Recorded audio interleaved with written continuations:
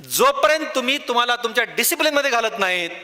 मी बरेच लेकरं बघितले 11th आवरला, आता एक्झाम समोर आली, हा हा हु हु, एक्झामच्या दिवशी आजारी पडलं, डोकं दुखावं लागलं. जे जे लेकरं एक्झाम 8 दिवस समोर असताना आजारी पडतात, पालकांनो समजून घ्या की त्यांनी वर्षभर अभ्यास केलेला नाही आहे. मी डॉक्टर आहे, तुम्हाला सांगतो. मी जे डिसिप्लिनमध्ये, मी पुन्हा सांगतो डिसिप्लिन, स्टडीची डिसिप्लिन असली पाहिजे. डिसिप्लिन असली पाहिजे म्हणजे कसं, दररोज फिक्स वेळेला अभ्यास करा. सोमवारी अभ्यास सुरू करा, शनिवारपर्यंत अभ्यास करा, पण शनिवारी सुट्टी घ्या. नंबर 2, दररोज 7 तास झोपा. दररोज स्वतःला कमीत कमी 1 तास वेळ द्या. एवढं सगळं करून 7 तास झोपलो, 1 तास वेळ दिला, 8 तास झाले बरोबर आहे. आणखी 2 तासामध्ये जेवण करा, आणखी 3 तास द्या, तरी तुमचे 11 तास झाले. आणखी 13 तास बाकी आहेत ना. मग 13 तासामध्ये आणखी समजून घ्या की तुमचं 5 तास कॉलेज गेलं, तरी पण आणखी एवढा वेळ बाकी आहे ना तुम्हाला. म्हणजे बघा 8 तास पुन्हा बाकी आहेत. म्हणजे तुम्हाला सांगतो, कॉलेज करा, सगळं करून सुद्धा तुमच्याकडे वेळच वेळ आहे. पण ह्याला काय म्हणायचं, डिसिप्लिन म्हणायचं. मी तुम्हाला एक पर्सनल उदाहरण देतो, डिसिप्लिनचा फायदा कसा होतो. 2008 मध्ये मी अमेरिकेत गेलो, 8 मध्ये, आणि मला ना न्यूयॉर्क मेडिकल युनिव्हर्सिटीमध्ये काम करायचं होतं. डिसिप्लिन बघा. आणि मी डॅलसमध्ये कॉन्फरन्स अटेंड केली, आणि त्याच्यानंतर मी न्यूयॉर्क मेडिकल युनिव्हर्सिटीमध्ये गेलो. तिथं डॉक्टर जोसेफ मेकार्थी, हे ज्यांनी आमची पुस्तकं लिहिलीत, त्यांच्याकडे मला जायचं होतं. मग त्यांच्याकडे मी गेलो, आणि सकाळी त्यांची सेक्रेटरी, ज्या दिवशी मी जॉईन झालो त्या दिवशी मला म्हणली, well doctor Lahane, you need to be there by 4:45 AM in the morning, because doctor जो will be there by 4:45 in the round.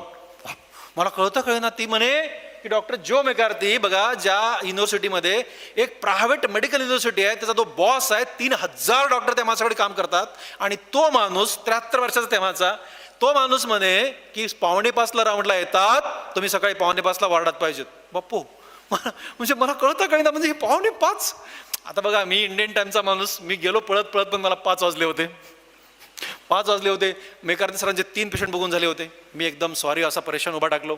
पण दुसऱ्या दिवसापासून मी आपला बरोबर 2 मिनिटं अगोदर जायला सुरू केलं. आमचं ती सरांची कडची जी काही माझी ट्रेनिंग संपली, आणि शेवटच्या दिवशी त्यांच्याकडे मला जायचं होतं. मी गेलो, मेकार सरांकडे मी गेलो, आणि माझ्या मनातला कुतूहलाचा प्रश्न नेहमीचा की 4:45 हे काय येत असतील, एवढा मोठा बॉस आहे ना, काय येत असतील 4:45, एवढा विचारावं, कारण लक्की टाईम आहे का. म्हणजे मला नेहमीचा प्रश्न असतो की असं काही असेल तर मी पण 4:45 सुरू करतो. मग मेकार सराकडे सही घेतली, आणि सरांना प्रश्न विचारला की सर, तुम्ही 4:45 राऊंडला काय येतात. बघा, आपण असं म्हणतो ना की किती ते अमेरिकन माणूस, एवढा सिनियर माणूस, त्यांनी जे मला वाक्य सांगितलं, तर मी इंग्रजी मराठी करत नाही, एकदा एकाच भाषेत सांगतो.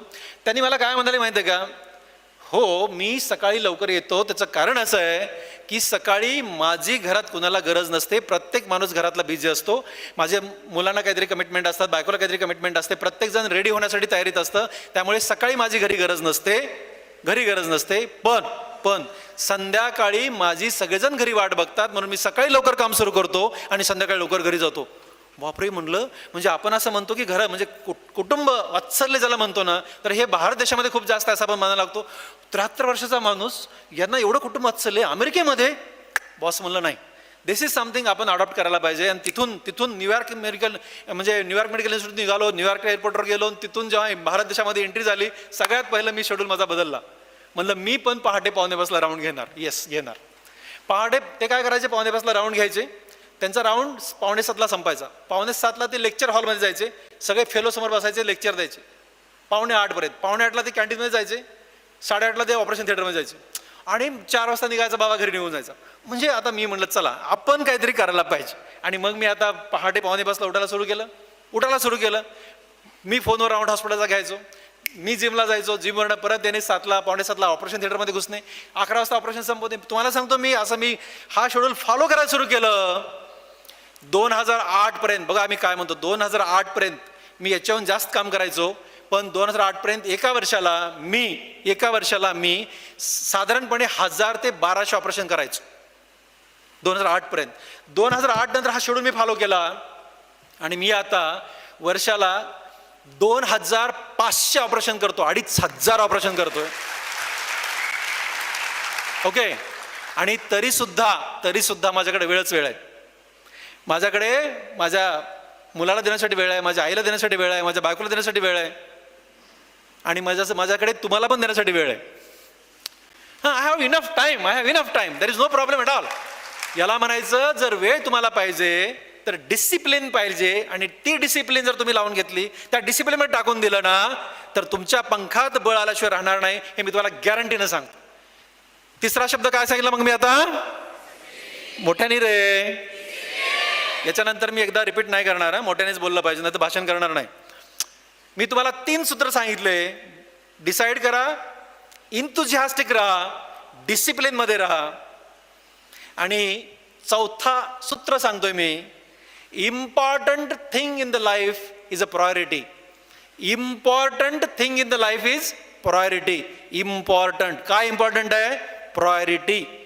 प्रायोरिटी म्हणजे काय? प्राधान्य.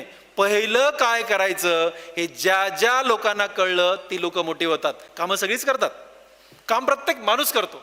प्राधान्य कळलं पाहिजे. बघा, मी डॉक्टर आहे, पेशंट हे माझं प्राधान्य आहे. शिक्षक आहेत, मुलांना शिकवणे त्याचं प्राधान्य आहे. स्किल डेव्हलपमेंटचं काम करतात, त्या मुलाला एनरोल करणं, त्यांना नोकरी मिळणं त्यांचं प्राधान्य आहे. प्रत्येक माणसाला, विद्यार्थ्याचं प्राधान्य काय असायला पाहिजे रे? विद्यार्थ्यांचं प्राधान्य काय असायला पाहिजे? ऑफकोर्स विद्यार्थ्यांचं प्राधान्य स्टडी. दुसरं काय असतं मग आपल्याला? म्हणजे तुम्ही विद्यार्थी कशाचे का असत नाहीत, आपल्या आयुष्यामध्ये इम्पॉर्टंट काय? अभ्यास. तो खेळाचा अभ्यास असो, तो गाण्याचा अभ्यास असो, तो चित्रकलेचा अभ्यास असो, अभ्यास कुठलाचा विषय असो, त्याला प्राधान्य देता आलं पाहिजे. अगोदर थोडा टीव्ही बघू, थोड्याशा मित्रांशी गप्पा मारू आणि मग अभ्यास करू, नो. याला मी तुम्हाला सांगत होतो, माझी बायको अनेक वेळा सांगत असते, कसं लोकांना कळेल तुम्ही काय काय ऍडजस्ट करता एखाद्या कार्यक्रमाला जाण्यासाठी. तुम्हाला सांगतो मित्र हो, मला जर एखादा मध्ये तासभर वेळ काढायचा असेल ना, तर मी 1 तास काम लवकर सुरू करतो. दुपारच्या वेळेस मी सकाळी करतो. सकाळची टाईट लिस्ट असते माझी, मी दररोज 10 ते 12 सर्जरी करतो, आणि माझ्याकडे आता 350 सर्जरी वेटिंगला आहेत. असं 12 दिवसात एक पण प्लास्टिक सर्जन नाही, एवढं मला काम करायचं आहे. आणि तरीही असं असताना सुद्धा तो वेळ काढायचा आहे. तो वेळ काढायचा म्हणजे काढायचा. मी काढतो, पण त्यासाठी खूप आट्टापिट्टा करत राहतो. मी का माहिती आहे का? कारण मला लेकरं प्रचंड आवडतात. माहीत नाही पण ही अटॅचमेंट कशी झाली मी शब्दात नाही सांगू शकत. मी सांगत होतो की प्राधान्य. तुम्हाला एक छोटं उदाहरण देतो. एका माणसाला, म्हणजे अनेक माणसाला, पण एका माणसाला कळलं की विद्यार्थी हे प्राधान्य आहे, स्टुडंट इम्पॉर्टंट आहेत, असं कळलं. ते मोटेगावकर सरांना कळलं, आणि म्हणून हा RCC पॅटर्न महाराष्ट्रात आणि देशात पहिला झाला.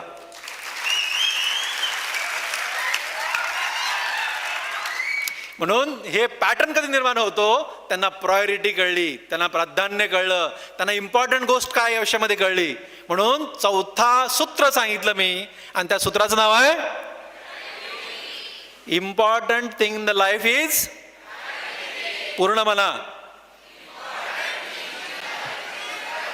येस. तर प्रायोरिटी इम्पॉर्टंट थिंग आहे आयुष्यामधली. मी किती सूत्र सांगितलं तुम्हाला आतापर्यंत? 4. आता मी तुम्हाला 5वं सूत्र सांगतो. That is culture. That is संस्कार. हे आयुष्यातली खूप महत्वाची गोष्ट आहे. या विषयावर खूप वेळा बोललं जातं, पण तुम्ही संस्कारित राहा, त्याचा तुम्हाला आयुष्यभर फायदा होतो. तुम्हाला एक छोटं उदाहरण सांगतो. पतंग असतो ना, पतंग. तुम्ही सगळेजण पतंग आहात, पतंग काईट आहात, पतंग आहात. हा पतंग आकाशामध्ये सोडला जातोय, बिलकुल सोडला जातोय. पण जशी हवा येईल तसा तो भरकटतो ना. तुम्हाला सांगतो मुलांनो, आणि तुम्हाला सांगतो पालकांनो, त्या पतंग ही तुमची लेकरं आहेत. मुलांनो तुम्ही पतंग आहात, पालकांनो तुम्ही त्याचे पालक आहात.